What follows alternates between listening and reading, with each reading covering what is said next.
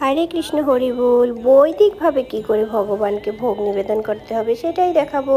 তো প্রথমে সমস্ত ব্যঞ্জন আদি দিয়ে ভোগের থালাটা খুব সুন্দর করে সাজিয়ে প্রত্যেকটা আইটেমের উপরে তুলসীপত্র দিয়ে ভগবানের সামনে নিয়ে যাব।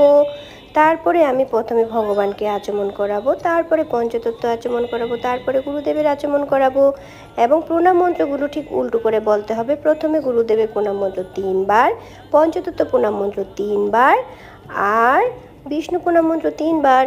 তো ভোগ আমি এই মন্ত্রগুলো বলে দরজাটা বন্ধ করে বাইরে চলে আসব। আর বাইরে এসে দরজার পাশে বসে অন্তত 1 মালা জপ করব এবং 1 মালা জপ হয়ে যাবে যখন, তখন আমি হাতে তালি দিয়ে কিংবা দরজায় ধাক্কা দিয়ে শব্দ করে ভিতরে গিয়ে ঠিক ভগবানকে আবার আচমন করাতে হবে। ভগবানকে, পঞ্চতত্ত্বকে আর গুরুদেবকে আচমন করিয়ে রুমাল দিয়ে মুছে তারপরে একটা আরতি করতে হবে। হরে কৃষ্ণ।